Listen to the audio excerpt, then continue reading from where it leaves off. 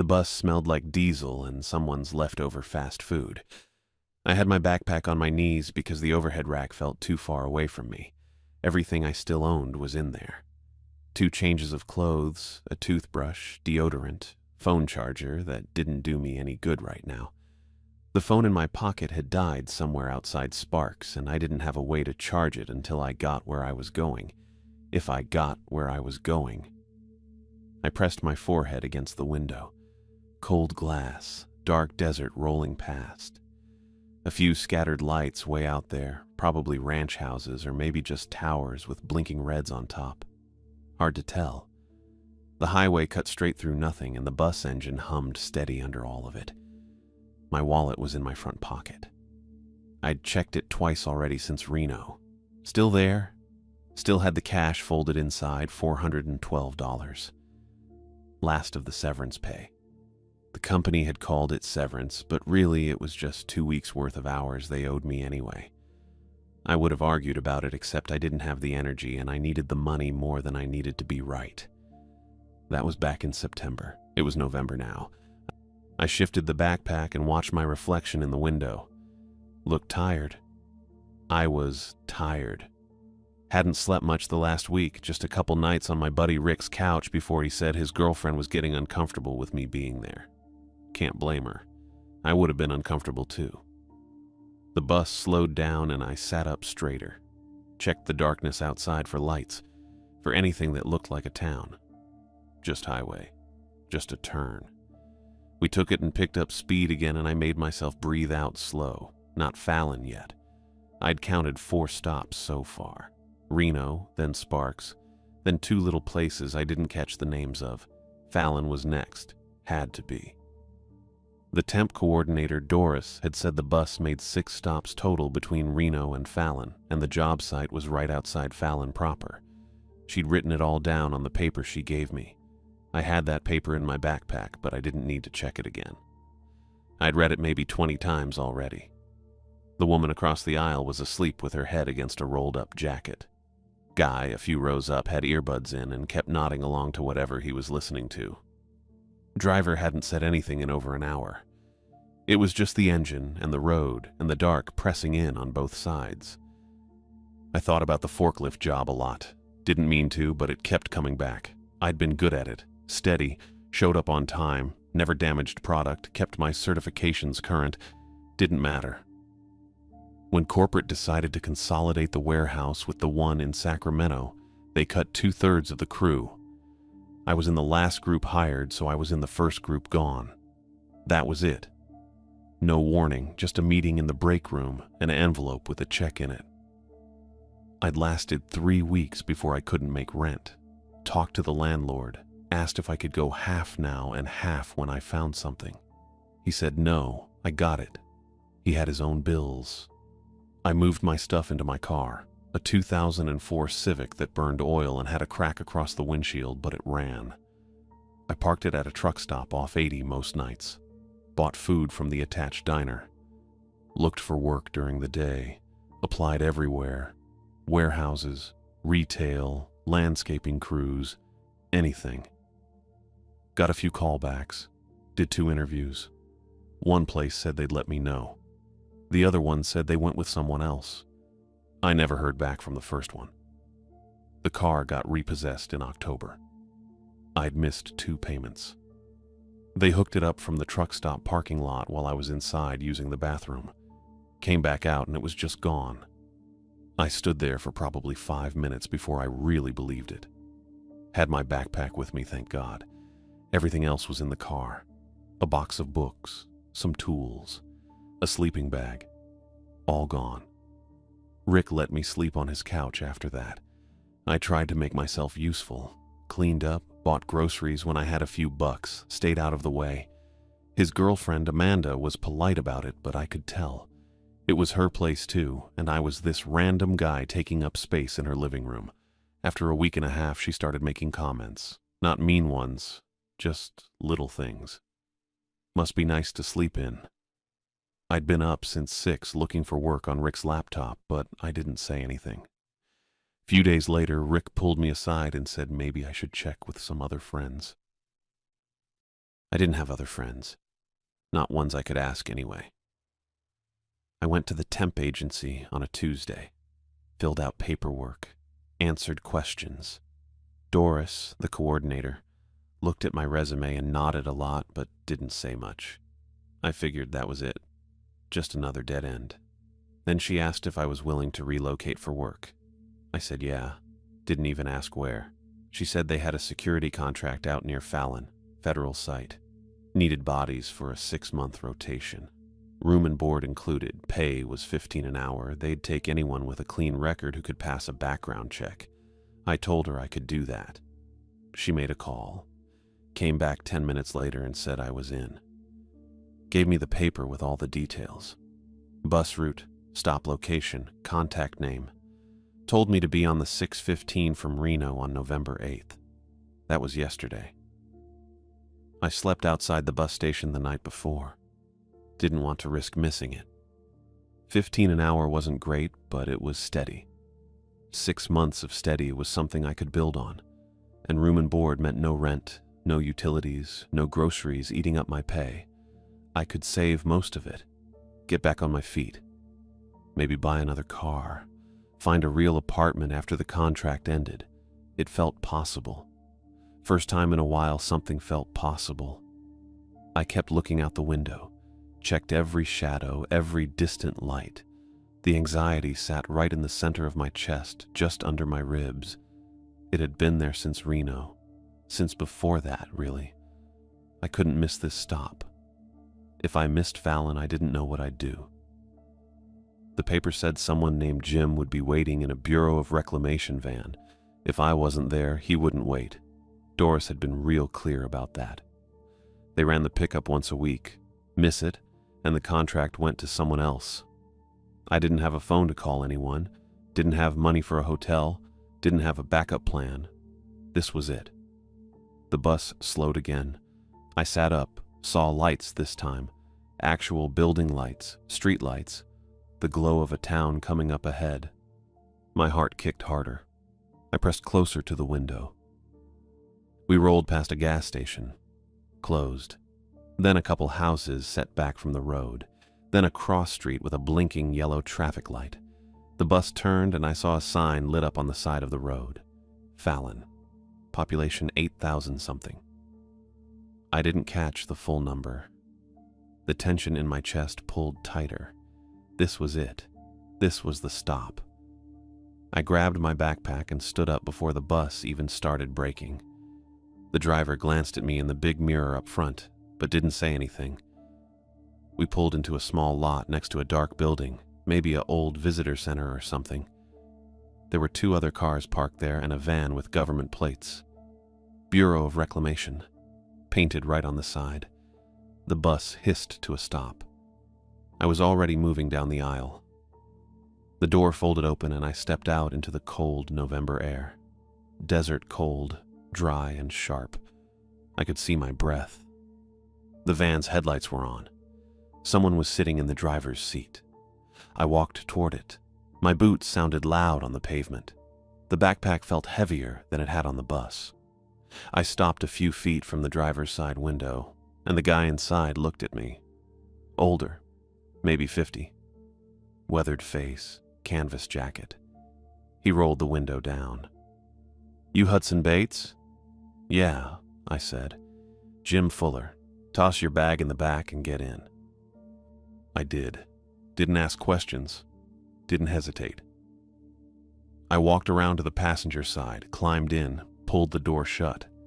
The van was warm, heater running full blast. Smelled like coffee and dust. Jim put the van in gear and we pulled out of the lot. I'd made it. I was here.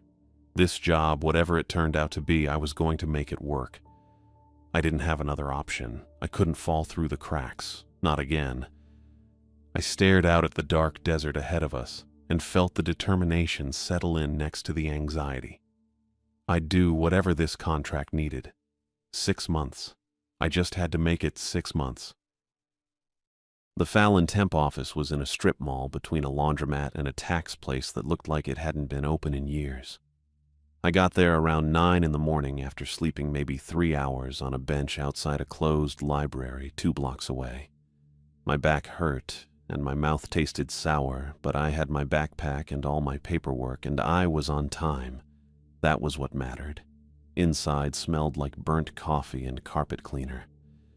The front area had 4 plastic chairs, a water cooler, and a corkboard covered in safety posters about forklift operation and workplace harassment. Nobody else was waiting. A woman sat behind a desk with a partition made of frosted glass. She had blonde hair and rectangular glasses, and a name badge that said Doris Gomez. "Hudson Bates," I said. She looked up from her computer. "You're early." "Yeah." "Sit. I'll call you when I'm ready." I sat in one of the plastic chairs. It was the kind that's supposed to stack, but one of the legs didn't quite touch the floor, so it rocked a little when I shifted my weight. I kept my backpack on my lap. There was a magazine on the chair next to me, some hunting thing from 2 years ago. I didn't pick it up. Just sat there watching Doris type and click her mouse and write something on a pad of paper with a pen that had a chewed cap. After maybe 15 minutes, she said, "Hudson." I stood and walked over. She had a folder open on the desk in front of her, a couple of printed pages inside. One of them looked like the form I'd filled out at the Reno agency. "ID and social security card," she said. I pulled my wallet out and handed both over. She looked at them for longer than I expected, comparing my face to the license photo, then typed something into her computer. She wrote my social security number on a yellow sticky note and peeled it off, sticking it to the folder. "Background check came back clean," she said. "No arrests, no warrants, no flags. Okay. Contract starts today. 6 months firm, no early separation without forfeiting your room deposit and last check. Paychecks are bi-weekly, direct deposit only. You have a bank account?" I did. Barely. Hadn't closed it yet, even though the balance was something like $11. "Yeah." "Write the routing and account number here." She slid a form across the desk and tapped a blank line with her pen. I wrote it down from memory, routing number first, then account. My handwriting looked shaky. I pressed harder with the pen to make it clearer. Doris took the form back and clipped it into the folder. 15 per hour, room and board covered. Meals are your responsibility, but there's a kitchen and a commissary delivery every 2 weeks. You can order basics. They'll deduct it from your check. Got it. This contract is strict, she said. She was looking right at me now, not at the computer or the folder. You leave early, you forfeit pay. You fail a drug test, you're terminated immediately with no severance. You violate site security protocols, same thing, understand? Yeah. The site supervisor has full discretion. If she says you're done, you're done. No appeals, no complaints to us. You signed the waiver in Reno. I didn't actually remember a waiver, but I'd signed a lot of papers that day. Probably one of them. Okay. You get injured on the job, workers' comp applies, but only if you followed posted procedures. If you go off script and hurt yourself, that's on you. I nodded. She pulled another sheet from the folder and turned it toward me. It was a single paragraph in small print, something about acknowledging the terms and agreeing to comply with all federal site regulations, a signature line at the bottom. Read it and sign. I read it. Took maybe 40 seconds. It didn't say much more than what she'd already told me, just in denser language. I signed at the bottom and dated it November 8th.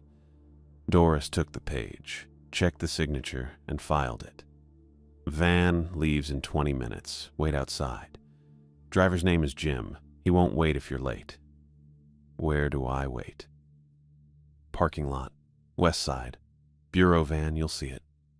Okay. She closed the folder and turned back to her computer. That was it. No handshake, no good luck, nothing. I picked up my backpack and walked out. The parking lot was mostly empty. A few sedans, a pickup truck with a trailer hitch, and at the far end near the dumpsters, a white van with Bureau of Reclamation stenciled on the side in dark blue letters. Same van from last night. I walked over and stood next to the passenger door, backpack hanging from one shoulder. The windows were tinted enough that I couldn't see inside. I waited, checked my pockets. Wallet still there. Checked the straps on my backpack. Still secure. The sun was climbing, but it wasn't warm yet. My breath came out in thin clouds. After maybe 10 minutes, the driver's door opened and a man climbed out. Older guy, maybe 50s, with salt and pepper hair, cut military short, and a bureau jacket zipped halfway. He looked at me without saying anything. "I'm Hudson," I said. "Doris told me to wait here." "Jim," he said. He walked around the front of the van, unlocked the passenger side, and pulled the door open. "Get in." I climbed in and set my backpack between my feet. The van smelled like diesel and old coffee. There was a clipboard on the dashboard and a half-empty water bottle in the cup holder. Jim got back in, started the engine, and pulled out of the lot without another word. We drove south out of Fallon on a 2-lane highway that cut through flat desert. Not much to look at. Scrub brush, telephone poles, the occasional dirt road leading nowhere I could see. Jim didn't turn on the radio, didn't talk. Just drove with both hands on the wheel, eyes forward. I figured I should probably say something. "How far is it?" 40 minutes, Jim said. He didn't look at me. "You do this run a lot?" "Once a week." "Picking up new people?" "Sometimes." That was it. I stopped trying. Just watched the road and the desert sliding past and tried not to think too hard about what I'd signed. We passed a ranch with a long gravel driveway and a house set way back from the road. Past a historical marker I couldn't read fast enough. Past a turnoff for some place called Stillwater. The highway stayed straight, and Jim kept the speedometer right at 60. After maybe half an hour, he slowed and turned onto a smaller road, this one paved but rougher, cracks running through the asphalt. A sign said, "La Hontan Dam, Bureau of Reclamation, authorized personnel only." Jim didn't stop, just kept driving. The road curved and I saw water. A reservoir, flat and dark under the morning sky, stretching out to low hills on the far side. The dam itself was concrete, thick and pale, with a road running across the top. Floodlights on tall poles, even though it was daytime. A chain-link fence topped with barbed wire running along the access road. Jim slowed again and stopped at a gate. There was a call box on a post. He rolled down his window, pressed a button, and waited. A woman's voice came through, crackling with static. "Identification. Fuller. Dropping a new hire. Name. Hudson Bates." A pause, then, "Proceed to intake." The gate rolled open on a track. Jim drove through and it closed behind us. That was when I felt it, this tightness in my chest that hadn't been there a second ago. The fence, the floodlights, the gate closing. I was inside now. No walking back out. Jim followed the road past a small parking area and a storage building with a faded bureau logo on the side. He stopped in front of another gate, this one smaller. Just a pedestrian entrance with a keypad lock. He put the van in park and looked at me for the first time since we'd left Fallon. "This is it," he said. I grabbed my backpack. "Thanks." He didn't respond. I opened the door and stepped out onto gravel. The air smelled different here. Water and concrete and something metallic I couldn't place. Jim pulled away before I even closed the door all the way. I watched the van drive back toward the main gate, then turn and disappear around the storage building. I stood there alone under the floodlights. It was full daylight, but the lights were still on, buzzing faintly. The gate in front of me had a camera mounted above it, lens pointed down. I didn't know if I was supposed to wait or press the call button or what. I waited. After maybe 2 minutes, I heard footsteps. A woman came around the side of the nearest building, walking fast, boots crunching on gravel. She was maybe 5'8", dark hair pulled back tight, wearing a utility jacket and work pants. She had an ID lanyard around her neck and a radio clipped to her belt. She stopped on the other side of the gate and looked at me through the chain link. "Hudson Bates," she said. Not a question. "Yeah, ID." I pulled out my wallet and held up my license to the fence. She stepped closer, studied it, then typed something into her phone. She looked up at me again, comparing my face to the photo just like Doris had. Took her time with it. "Teresa Silva," she said finally. "Site supervisor. You follow my instructions, we won't have problems. You don't, you're gone. Clear?" "Clear." She punched a code into the keypad and the gate buzzed. She pulled it open and stepped aside. "Come on." I walked through and she let the gate swing shut behind me. It latched with a solid metallic click. Teresa turned and started walking. I followed. We went along a paved path between two buildings, both concrete with narrow windows and heavy doors. Everything looked old, but maintained. Fresh paint on the railings, clean gutters, no trash. We passed another camera mounted on a pole, then another. "You'll be working intake control," Teresa said without slowing down. "Monitoring instrumentation, logging readings, radio contact with main operations, 12-hour shifts, overnight, midnight to noon." "Okay." "Your trainer arrives at midnight. He'll walk you through procedures for the first 72 hours. After that, you're solo unless there's an operational event." "What kind of event?" She glanced back at me. "The kind where you follow the laminated card and don't improvise." We reached another building, this one longer and lower with a flat roof and a steel door propped open with a concrete block. Teresa went inside and I followed. The interior was dim and cool. Concrete floor, cinder block walls painted industrial beige, fluorescent lights overhead. We walked down a hallway past a door labeled storage and another labeled electrical, authorized personnel only. At the end of the hall was a wider door with a keycard reader. Teresa swiped her card and pushed it open. The control room was bigger than I expected, maybe 20 feet by 30, with windows along the far wall looking out over the reservoir. The water was black from this angle, no reflection, just dark and still. There was a desk with 2 monitors, a radio base unit, a phone, and a keyboard. Next to the desk were metal cabinets with labeled drawers and a rack holding clipboards. On the wall to the left were valve controls, big industrial switches with red and green indicator lights. Everything hummed, low and constant, the sound of electronics and ventilation. Teresa walked to the desk and tapped one of the monitors. This one shows reservoir depth, inflow, outflow. This one shows valve status and pressure readings. You log readings every hour on the clipboard. Red binder has the procedure. I nodded. She opened a drawer and pulled out a laminated card, maybe 5 inches by 7, with text printed in bold. She slid it across the desk toward me.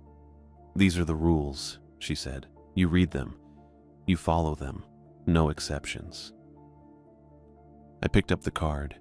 It was heavier than I expected, stiff laminate with rounded corners. The text was simple, numbered 1 through 8. I skimmed it. Stuff about logging readings, radio contact, not leaving the building during shift, not adjusting valve controls without clearance. "Read it out loud," Teresa said. I looked up. "What?" "Read the rules out loud. I need to confirm you understand them." I read them. My voice sounded flat in the concrete room. When I finished, Teresa pulled another form from her jacket pocket and set it on the desk. "Sign and date." It was an acknowledgement form, same kind of thing I'd signed in Doris's office. I signed it and slid it back. Teresa took it, folded it once, and put it back in her pocket. "Your trainer is Nicholas Carter. He'll be here at midnight. Don't touch anything until he shows you how." "Got it." She checked her watch. "It's 10:40 now. You've got time to settle in. Break room is 2 doors down the hall. There's a cot in the back if you need sleep. Don't wander. Stay in this building."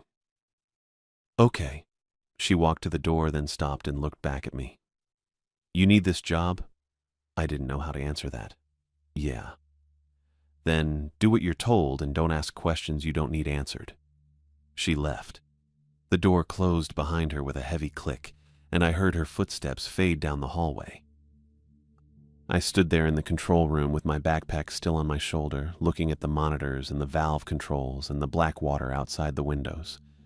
The humming filled the space. Steady and low and endless. I was alone. I sat at the desk trying to stay alert without my phone. That was harder than I expected. Normally I'd check it every 10 minutes or so, scroll through nothing, look at the time, put it back down, gave my hands something to do. But my phone was still dead, and I'd left the charger in my backpack in the break room because Teresa hadn't said I could bring it in here. So I just sat there with my hands flat on the desk, listening to the steady hum of the equipment. The hum came from everywhere. The monitors, probably. The radio base unit, maybe the lights overhead. It wasn't loud, but it filled the whole room, constant and even. The kind of sound you stop noticing after a while. But that sits in your skull anyway. I kept my eyes on the windows most of the time. The water outside looked black and smooth. No ripples, no movement. Just a flat surface that went out past where the floodlights reached. It didn't look dangerous exactly, more like a blank threat. Something that could go wrong if the wrong thing happened, but was fine for now.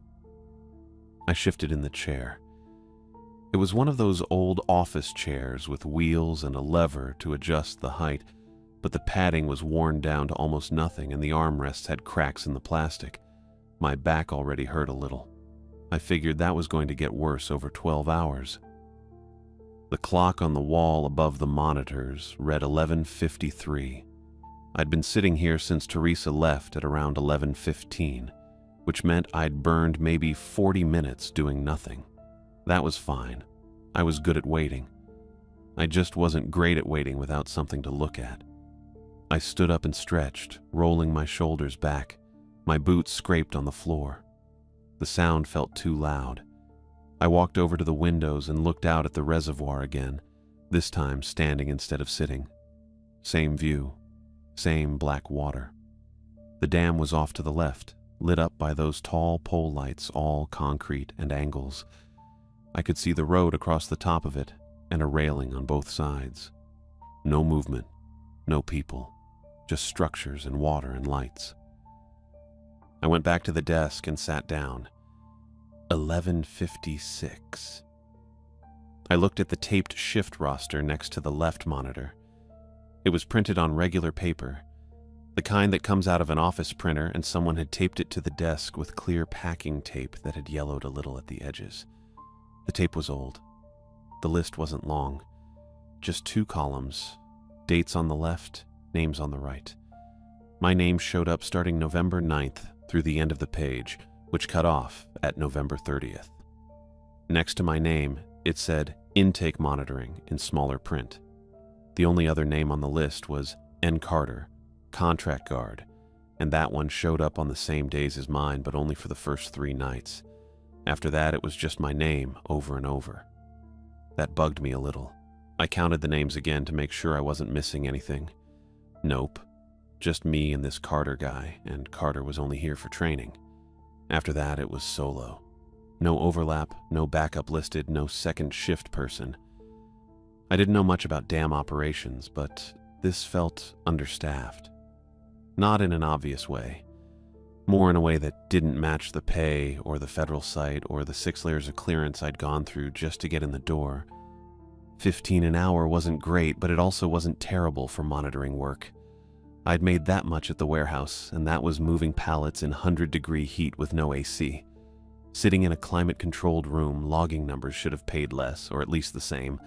But this paid the same and included room and board, which made the effective rate higher.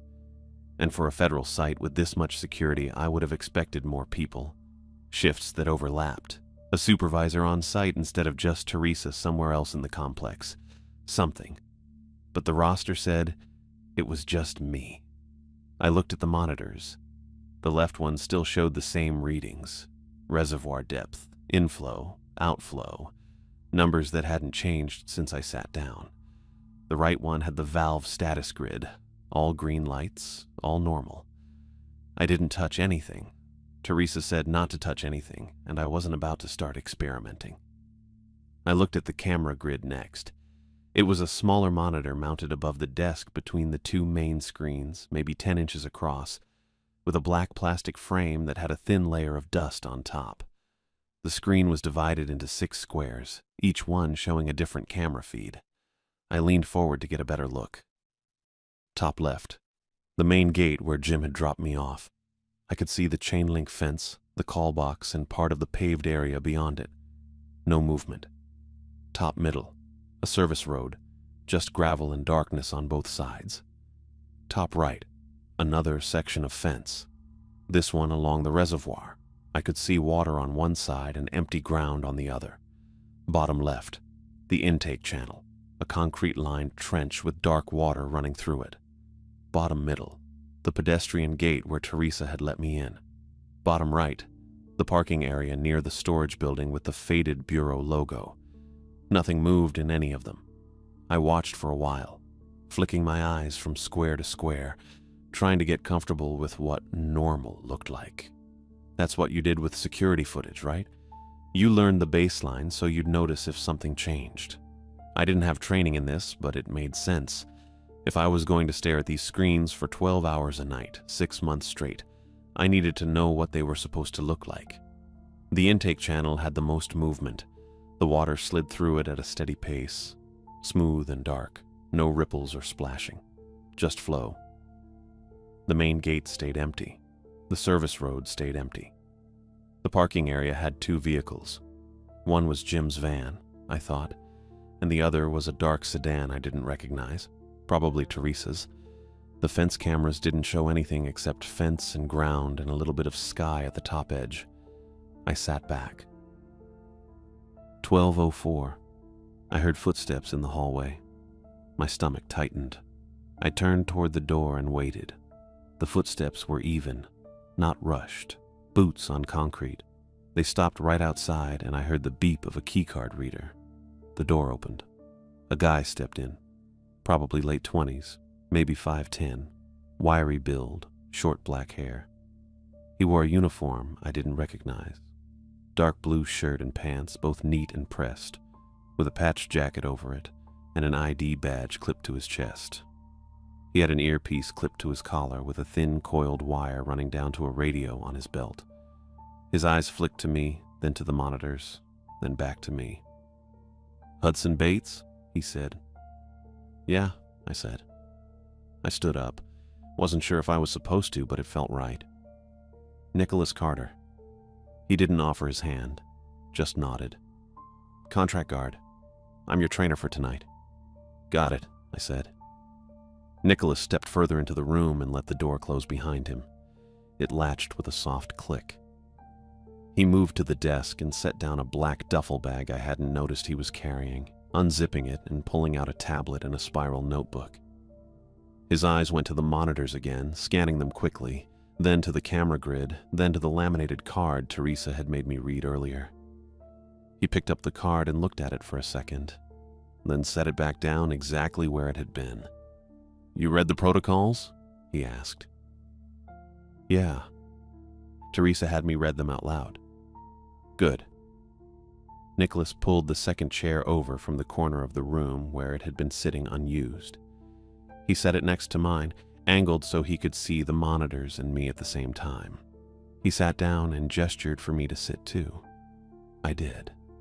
"Okay," Nicholas said. His voice was low and even. Not unfriendly, but not warm either. Just factual. "This is a 72-hour rotation. I'm here tonight, tomorrow night, night after that. Then you're solo. We're going to go through everything step by step. And you're going to do it yourself while I watch. By the 3rd night, you should be comfortable enough that I'm just sitting here in case something happens. Questions so far?" "No," I said. "Good." Nicholas tapped the left monitor. "Camera numbers first. You need to know which camera is which without looking at the grid labels." He pointed at the top left square. "Camera 1, main gate. You'll almost never see anything here except Jim's weekly drop-off and maybe a bureau vehicle if they're rotating staff. Top middle. Camera 2, Service Road. Leads to the secondary access point on the east side, maintenance only. If you see anyone here outside of a logged maintenance window, you radio it in immediately. Top right. Camera 3, Perimeter fence, north section. Should always be empty. He went through the bottom row. Camera 4, intake channel. Camera 5, pedestrian gate. Camera 6, parking area. His explanations were short and specific. No extra words. He moved his finger from square to square, and I followed it, repeating the numbers in my head. 1, main gate. 2, service road. 3, perimeter. 4, intake. 5, pedestrian. 6, parking. Repeat them, Nicholas said. I did. Got them all right. Again. I repeated them again. He nodded. Nicholas switched to the main monitors. He explained the left screen first. Reservoir depth measured in feet, updated every 15 minutes automatically. Inflow measured in cubic feet per second, outflow the same. He showed me where the readings came from, pointing at sensors on a diagram in the red binder. Then he explained the right screen. Valve status, 12 valves total, all controlled remotely from main operations. Green meant closed and functioning. Yellow meant open and functioning. Red meant fault. If I saw red, I was supposed to radio main operations immediately and log it. You're not going to touch the valve controls, Nicholas said. He pointed at the wall-mounted panel to the right of the desk. Not unless main operations gives you direct clearance and you confirm it twice. Understand? Yeah, I said. Say it back. I don't touch the valve controls unless main operations gives me clearance and I confirm it twice. Nicholas nodded. He stood up. Manual float gauge. Come on. I followed him out of the control room and down the hallway. We stopped at a door I hadn't noticed earlier. Unmarked, just plain metal. Nicholas opened it and stepped into a narrow side hallway that smelled like wet concrete and rust. There was a small window at the end with wire mesh inside the glass, and below it, a metal panel bolted to the wall. Nicholas flipped open the panel. Inside was a gauge with a needle pointing at a number. The gauge face was printed with increments from 0 to 50. The needle sat at 32. Manual float gauge, Nicholas said. Backup measurement for reservoir depth. You check this once per shift and log it on the clipboard. It should match the digital readout within 2 feet. If it doesn't, you radio it in. Got it, I said. Nicholas closed the panel and we walked back to the control room. He showed me the radio base unit next, how to switch channels, how to reach main operations on channel 3, how to do a radio check at the start of each shift. He made me do it 3 times. Then he showed me the log sheets on the clipboard, the columns for time and date and readings and initials. Hourly, he said, every hour on the hour. You write down reservoir depth, inflow, outflow, valve status. If everything's green, you write all green. If something's yellow or red, you write which valve and what color. Then you initial it. Okay, I said. He kept going. Procedure for bathroom breaks. Radio main operations first. Keep it under 10 minutes. Lock the control room door. Procedure for emergencies. Follow the laminated card. Don't improvise. Procedure for end of shift. Complete the log, leave it on the desk, lock up. It's mostly waiting and logging, Nicholas said. He sat back down and looked at me. That's 99% of the job. You're going to sit here for 12 hours and write down numbers every hour and watch the cameras and nothing's going to happen. But you treat the rules like they're the real job. Because the 1% of the time something does happen, the rules are the only thing between you and getting fired. Or worse. Worse, I said. Nicholas didn't answer. He just looked at the laminated card again. I sat down next to him and watched the monitors. He pulled out his tablet and started going through something on the screen, his eyes flicking up to the cameras every minute or so. I copied that. Looked at the cameras, looked at the monitors, looked at the water outside the windows. Nicholas wrote something in his spiral notebook. I didn't ask what. He checked his watch. I checked the wall clock. 12:38. The hum of the equipment filled the room again. I kept watching Nicholas out of the corner of my eye. The way he held his shoulders, tense but controlled. The way his eyes moved. Cameras, monitors, door, window, back to cameras. The way he kept his hand near his radio like he expected to need it. I started doing the same thing. Didn't plan to. Just happened. The site felt too quiet to trust, and Nicholas acted like he knew that. So I figured I should act like I knew it too. He caught me watching once and didn't say anything, just went back to his tablet. I kept my eyes on the screens and tried to learn what normal looked like. At 1:13 in the morning, music started playing through the radio base unit. I didn't touch it. Nicholas didn't touch it. Neither of us moved. The sound was thin and old, like it was coming through layers of something. Not static, just distance. I couldn't place the song, but it had that warped quality of recordings from way back, maybe 40s or 50s. Instrumental. Strings, I think. Nicholas was on his feet before I processed what I was hearing. "Unplug it," he said. His voice was flat, not loud, just immediate. I looked at the radio base unit. The power light was green. Channel indicator still showed 3. Volume knob hadn't moved, but the music kept playing, getting a little louder, filling the space between the equipment hum and the buzz from the overhead lights. "Don't try to identify it," Nicholas said. "Just unplug the base unit. Now." I reached for the cord. The volume swelled the second my fingers touched the plug. Not gradually. Just louder, like the sound knew I was there and wanted me to hear it better. My hand froze for half a second, and I felt the texture of the music change. Something underneath the strings that might have been voices or might have been nothing. I yanked the plug free. The music stopped. The control room went quiet again. Just the hum. Just my breathing, and Nicholas standing 2 feet from the desk with his hand on his radio like he was ready to call it in. He kept staring at the base unit, not blinking much, watching it the way you'd watch something that might move if you looked away. I set the plug down on the desk next to the keyboard. My hand was steady, but my chest felt tight. "Do I log that?" I asked. Nicholas didn't look at me. "Yeah, log it." I picked up the clipboard and wrote the time. 1:13 a.m. I wrote radio unit played audio without input, unplugged per instruction, and initialed it. My handwriting looked worse than usual. I set the clipboard back down. Nicholas finally sat. He pulled his chair closer to the desk and opened his spiral notebook, writing something in small print I couldn't read from my angle. He didn't explain what just happened.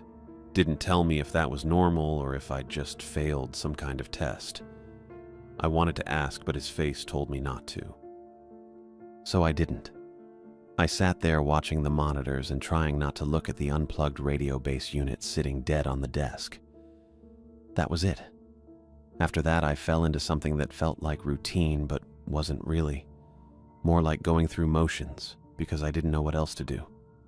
I checked the camera feeds, all 6 squares, main gate empty, service road empty, north perimeter fence empty, intake channel showing the same dark water flowing under the floodlights, churning white where it hit the concrete edge. Pedestrian gate empty. Parking area with the 2 vehicles still sitting there. Jim's van and the dark sedan.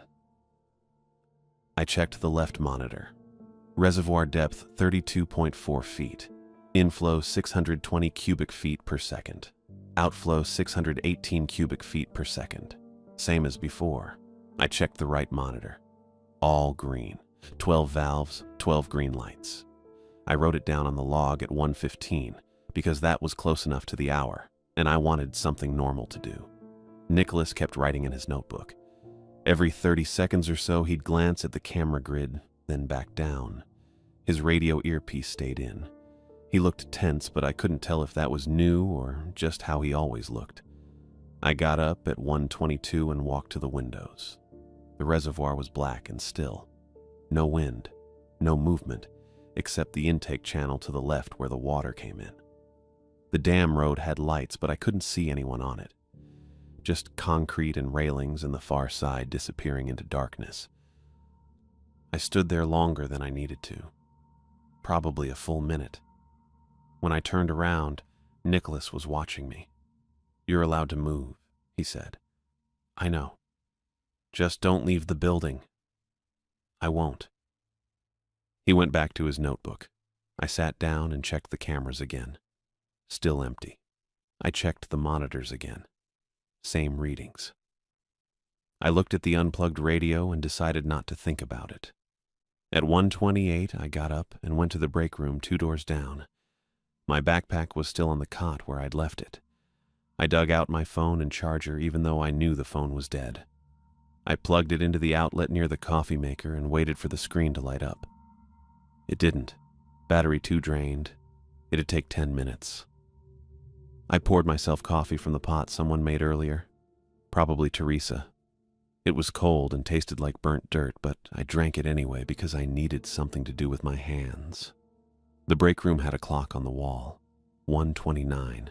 I'd been on shift for an hour and a half, 10.5 hours left. I went back to the control room. Nicholas looked up when I came in, but didn't say anything. I sat down and stared at the camera feeds and tried to pretend everything was fine. The coffee was bitter, worse than I remembered. I drank it slow and kept my eyes on the screens. At 1:34, I checked the time on the monitor timestamp.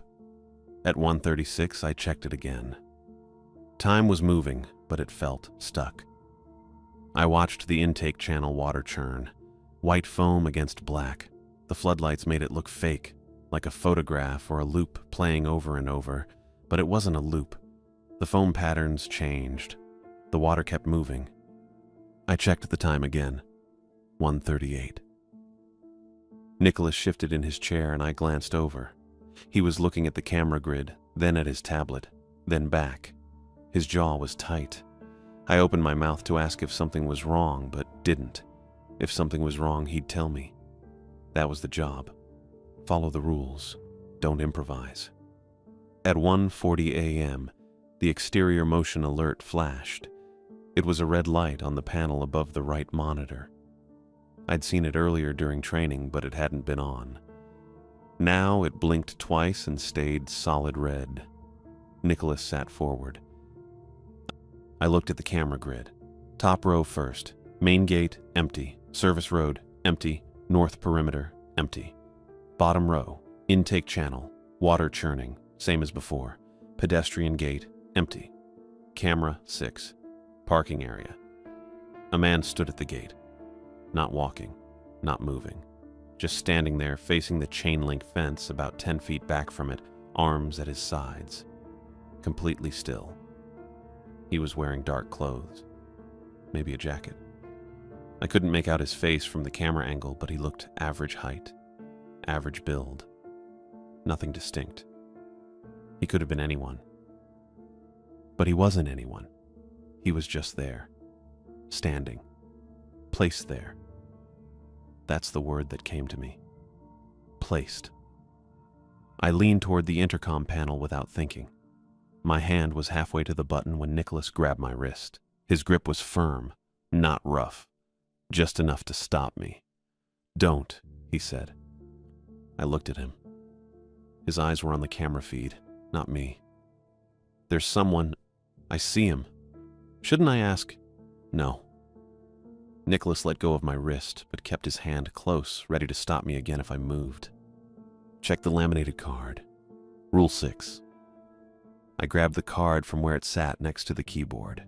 My hands weren't shaking, but they wanted to. I read Rule 6 out loud. If unknown persons appear on camera feeds, do not make contact. Observe and log. Radio main operations immediately if subject approaches building or remains visible longer than 5 minutes. Nicholas nodded.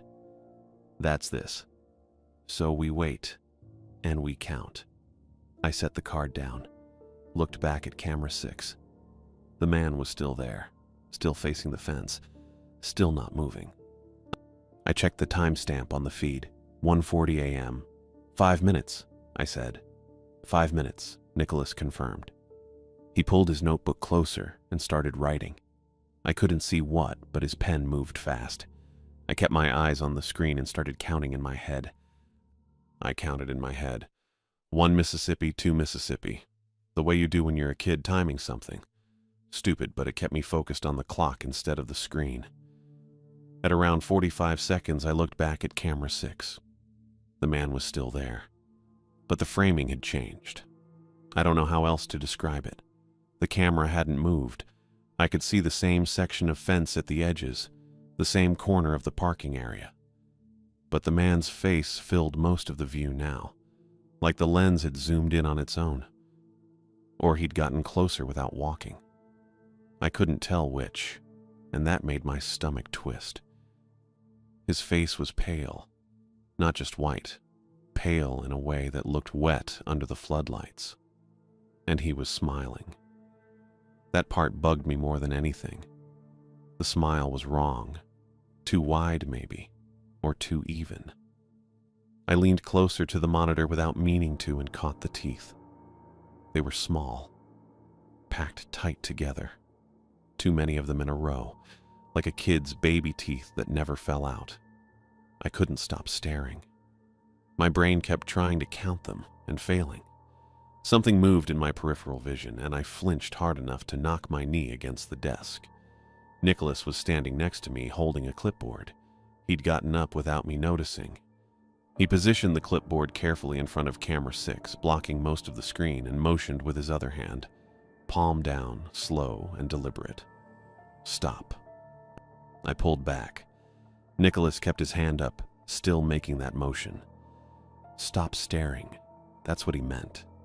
I got it. He set the clipboard down at an angle so camera 6 stayed half covered and returned to his seat. He didn't say anything, just picked up his pen and went back to writing in his spiral notebook like nothing had happened. I sat there with my hands flat on the desk, forcing myself not to move the clipboard. Paying attention might be the mistake. That's what I understood. Whatever that thing was out there looking at it, really looking, was the wrong move. The rules didn't say that exactly, but Nicholas knew. He'd been here longer than 72 hours. I could tell by the way he moved, the way he didn't explain. I checked the other cameras. Main gate empty. Service road empty. North perimeter empty. Intake channel still churning. Pedestrian gate still empty. I didn't move the clipboard to check camera 6 again. The clock on the left monitor read 1:43 a.m. I wrote in the log, 1:43 a.m., motion alert camera 6, subject observed, no approach, monitoring per rule 6, and initialed it. My handwriting looked shaky. I pressed harder on the next line to make it cleaner. Nicholas glanced at what I wrote and nodded once. We sat there. The equipment hum felt louder than before. I could hear the buzz from the overhead lights and a faint static from the unplugged radio base unit, even though that didn't make sense. At 1:47 a.m., I checked the timestamp again. The motion alert light had gone dark. I didn't know when that happened. I looked at the clipboard still angled over camera 6 and decided not to move it yet. At 2:00 a.m., I logged the hourly readings. Reservoir depth 32.3 feet. Inflow 618 cubic feet per second. Outflow 617 cubic feet per second. All valves green. I wrote it down, initialed it, and set the pen back in the tray. Nicholas checked his watch, then the monitors, then the camera grid. He still didn't move the clipboard. At 2:05 a.m., an alarm went off. Not loud, just a steady tone, mid-pitched, coming from the right monitor. A red banner appeared across the top of the screen with white text. Water level alert. Reservoir depth change detected. I stood up. My chair rolled back and hit the wall. The left monitor still showed 32.3 feet. The numbers hadn't changed, but the red banner stayed solid on the right screen and the tone kept going, steady and flat. I turned toward the wall-mounted valve control panel. My hand was already reaching for it before I realized what I was doing. Reflex. Something's wrong. You fix it. That was the training from every job I'd ever had. Nicholas moved faster than I expected. He stepped in front of me and put one hand on my chest. Not rough, just firm, stopping me. He pointed at the laminated card on the desk, then held up one finger. Wait. I stopped. My heart was pounding hard enough that I could feel it against his hand. Nicholas pulled his hand back and motioned toward the hallway. The side hallway. The manual float gauge. Right. The rules said to verify the manual gauge if the digital readout showed a fault or rapid change. I'd forgotten that already. I nodded, and he stepped aside. We walked down the main hallway together. The alarm tone followed us, muffled but still audible. Nicholas unlocked the side hallway door with his keycard, and I went in first. The air smelled like wet concrete and rust, stronger than before. The float gauge panel was already open. I didn't remember leaving it open. Maybe Nicholas had checked it earlier. I grabbed the chain and pulled. The float came up slowly, dripping. The needle swung and settled at 32. Same as before. I checked it twice to make sure. 32 on a 0 to 50 scale. I looked back at Nicholas. He was standing in the doorway with his arms crossed, watching me. "It's normal," I said. My voice sounded too loud in the narrow space. 32. Same as the monitor. Nicholas nodded. He motioned for me to come back, and I let the float drop. The chain rattled and went still. We returned to the control room. The alarm was still going. The red banner still flashing on the right monitor. But the left monitor showed the same number, 32.3 feet. No change. Nicholas sat down and wrote something in his notebook. Then he reached over and pressed a button on the right monitor labeled Acknowledge Alert. The tone stopped. The red banner minimized to a small red dot in the corner of the screen. He looked at me and tapped the laminated card, then pointed at the manual gauge direction in the red binder. Then he made a gesture with his hands, two flat palms facing each other, one rising and one falling, and shook his head. The system lies sometimes. That's what he meant. I sat down slowly. My legs felt unsteady. The rules exist to manage the lie. That's what I understood. The alarm wasn't real. Or it was real, but the thing it warned about wasn't happening. The manual gauge was the ground truth. The system could say whatever it wanted, but the float gauge was mechanical, physical, harder to fool. I wrote in the log, 2:05 a.m., water level alert triggered, manual float gauge checked and verified normal at 32 feet. Alert acknowledged and initialed it. Nicholas read it and nodded again. I checked the camera grid. The clipboard still covered most of camera 6. The other 5 feeds looked the same. Empty, except for the intake channel. At 2:09 a.m., someone knocked on the exterior door. 3 sharp knocks, clear and deliberate. Not frantic, just loud enough to hear over the equipment hum. I looked at Nicholas.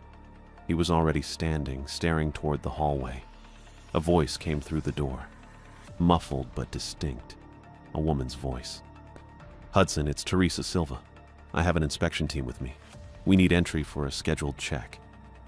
I stood up. That was Teresa. I recognized her voice. The same flat, directive tone from this morning. I started toward the hallway. Nicholas stepped in front of me again, faster this time. He put both hands up and shook his head hard. "It's Teresa," I said. "She's the site supervisor. She said there's an inspection." Nicholas grabbed my shoulder and pointed at the laminated card. Rule 3. I could see it from where I stood. Do not open exterior doors during restricted hours, 2200, 0600, except for confirmed emergency evacuation. But she's... The knocking came again, louder this time. 6 or 7 hits in a row, hard enough that I heard the door rattle in its frame. The voice came again, Still Teresa's voice, still calm. "Hudson Bates, this is a direct order. Open the door. The inspection team is on a schedule." I looked at Nicholas. His face was tight. He shook his head again and mouthed one word: "No." The pounding grew louder, constant now, fists on metal, over and over, echoing down the hallway. And the voice started to change. Not all at once, just small shifts. The pitch rising slightly, the cadence speeding up, still saying my name, still saying "open the door," but the tone cycled through different registers. Teresa's voice, then something higher, then something lower and rougher, then back to Teresa, but wrong somehow, off by half a step. "Hudson, open the door. Hudson Bates, let us in. We need entry. Hudson, this is Teresa Silva. This is Jim Fuller. This is Doris Gomez. Open the door. Hudson." Nicholas pulled me back toward the control room. I let him. My hands were shaking. The pounding didn't stop. I backed away from the door. That was it. That was the only move I had that felt safe. The pounding kept going, and the voice kept cycling through names: Teresa, Jim, Doris, me, then something else I didn't recognize. But I walked back down the hallway to the control room and sat at the desk because doing nothing felt like the only thing I could do without breaking a rule. Nicholas followed me. He didn't say anything, just sat down in his chair and kept his eyes on the laminated card. The pounding kept going for maybe another 30 seconds. Then it stopped. The silence after was worse. I checked the timestamp. 2:14 a.m. Still hours until restricted hours ended at 6. The monitors blinked. All 6 camera feeds went black for half a second, then came back on showing the same image. Not 6 different angles, the same exact view on every feed. It was a low angle, pointed up at the intake channel edge. Concrete lip. Dark water behind it. The camera had to be right at the water line or just below it because the framing was tilted and wet. A hand pressed against the lens. Pale, dripping. Fingers spread wide like it was trying to grip the camera itself. It slid away slowly, leaving streaks of water across the glass, and then a face filled the frame. It looked exactly like me. Same nose, same jaw, same tired eyes. Water running off the chin in a steady stream, hair plastered flat to the skull. Smiling. Too wide. Way too wide. The corners of the mouth stretched past where they should have stopped. I stood up. My chair hit the wall again, but I didn't hear it. I just stared at the monitors showing my face on every single feed, all 6 screens, all the same image, all smiling. Nicholas grabbed my arm and pulled me back down into the seat. He leaned close and said, "Cameras are bait." I didn't understand. He pointed at the laminated card. Rule 7.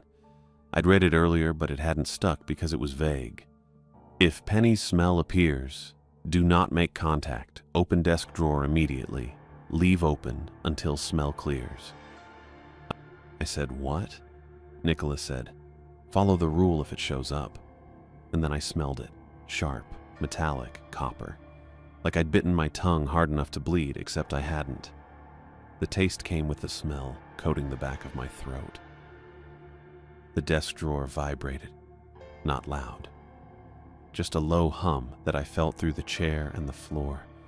Like something was pushing up from inside the drawer, trying to get out or get my attention. I looked at Nicholas. He nodded once and pointed at the monitors. I reached over and turned them off. Both screens went black. The vibration kept going. I grabbed the desk drawer handle and pulled it open. It slid out smooth on the track, and I left it hanging there, fully extended, because the rule said, leave it open. The vibration stopped immediately, but the sound didn't. Wet breathing, slow and rhythmic, coming from inside the drawer. I looked down.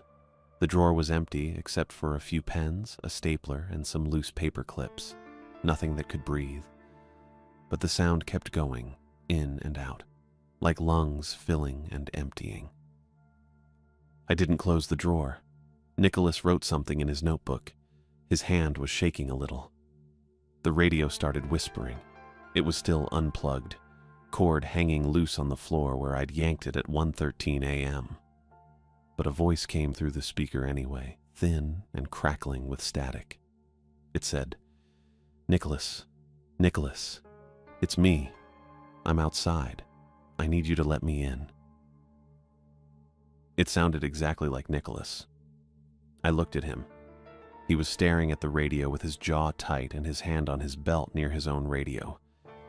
The voice kept going. "Nicholas Carter, contract guard. I'm locked out. You have to open the door. It's protocol. You know the rules." Nicholas stood up. Just stood.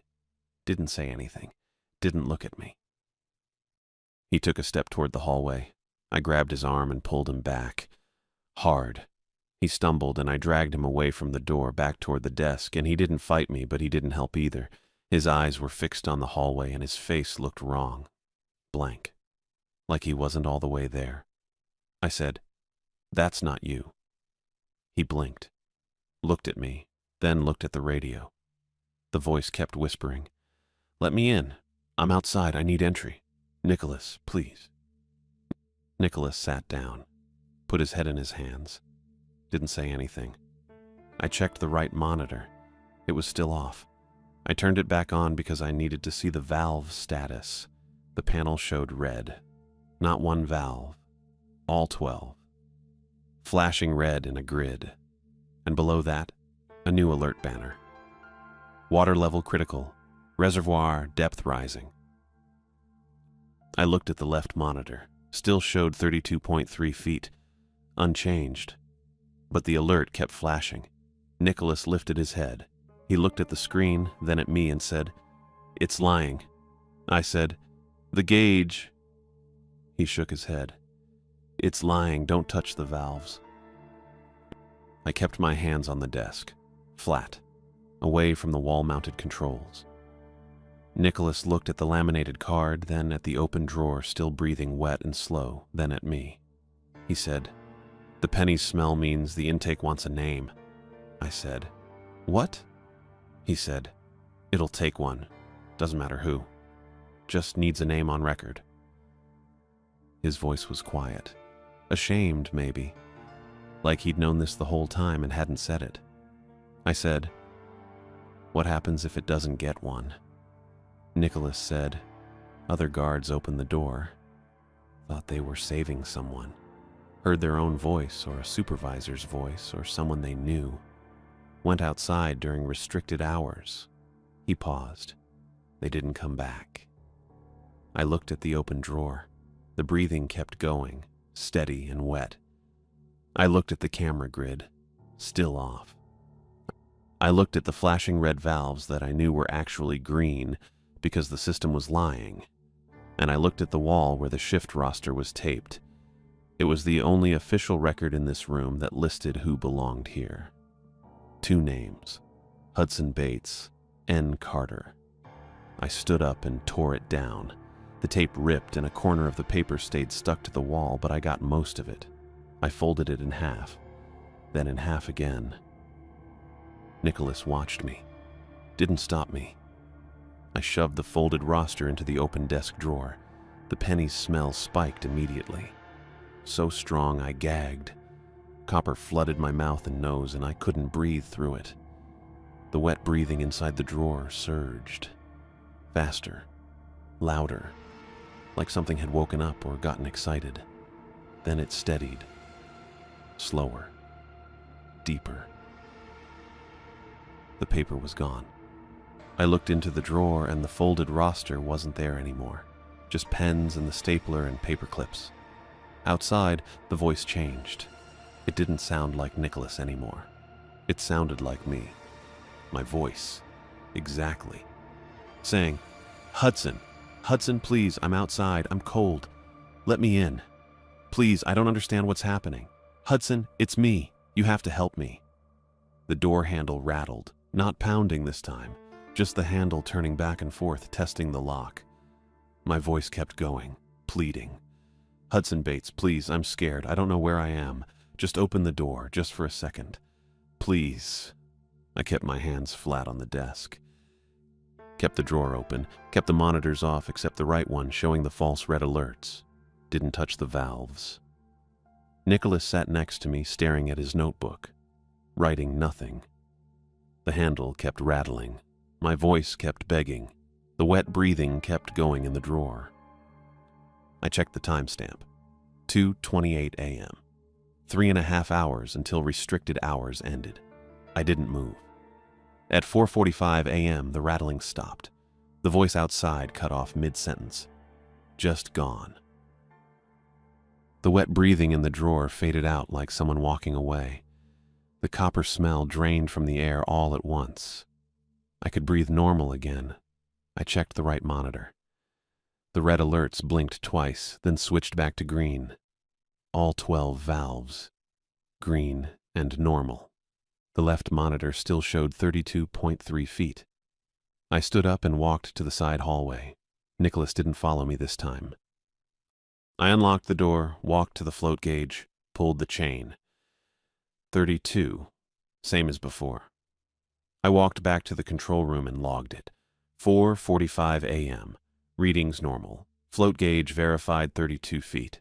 All valves green. I turned the left monitor back on. All 6 camera feeds showed their normal views. Main gate, service road, perimeter fence, intake channel, pedestrian gate, parking area. All empty. I looked at the desk. The folded shift roster was gone. In its place, on the surface near the open drawer, was a single coin. Wet, darkened, looked old. Maybe a penny. I didn't touch it. I closed the drawer. Nicholas packed his duffel without looking at me. At 6:05 a.m., Teresa Silva opened the control room door with her keycard. She carried 2 gas station coffee cups, set one on the desk in front of me. She looked at the open drawer first, then at the coin. She picked it up, examined it, and put it in her jacket pocket. She said, "You followed the rules." I said, "Yeah." She said, "That's what the site required." I didn't say anything. She looked at Nicholas. He was standing near the door with his duffel on his shoulder, not meeting her eyes. Teresa said, "Your contract ended at 0600. You're done. Don't come back." Nicholas nodded once and left. Didn't say goodbye. Didn't look at me. Teresa sat down and opened the log, read my entries. Nodded. She said, "You can finish the contract if you want. You'll work solo from tonight on." I said, "No." She didn't argue, just said, "Doris will process your checkout. You're paid through today." I left in full daylight, walked out past the intake channel and the fence and the damn road with the sun coming up orange over the desert. Jim drove me back to Fallon in the white van. Didn't ask questions. I collected my pay at the temp office. Doris handed me a check for 3 days at $15 per hour, $84 after tax. I bought a replacement phone at a convenience store on the main strip. A woman named Dawn sold it to me. She had a name tag and didn't ask why I looked like I hadn't slept. I activated the phone in the parking lot and called Doris. I said, "I'm quitting. I'm not coming back for the next shift." She said, "You forfeit the room deposit and last check." I said, "I know." She said, "Okay," and hung up. I walked to the bus station and bought a ticket north with most of the $84. At 1:30 p.m., I boarded a bus driven by a man named Cooper Lucas. Tall guy, older, didn't care where I'd been. I sat in the back and kept my backpack on my knees. I stayed awake the first hour just to make sure the bus didn't turn around. Make sure I was actually leaving Nevada. I thought about the coin, about the folded roster, about my face on the monitors smiling too wide. I didn't give it a name, gave it paper instead, but I don't know if that's better. I traded paper instead of flesh, but the dam still took something. I saw what it wanted. I heard my own voice beg from the other side of the door, and I left the drawer open until it stopped. That's what I carry now.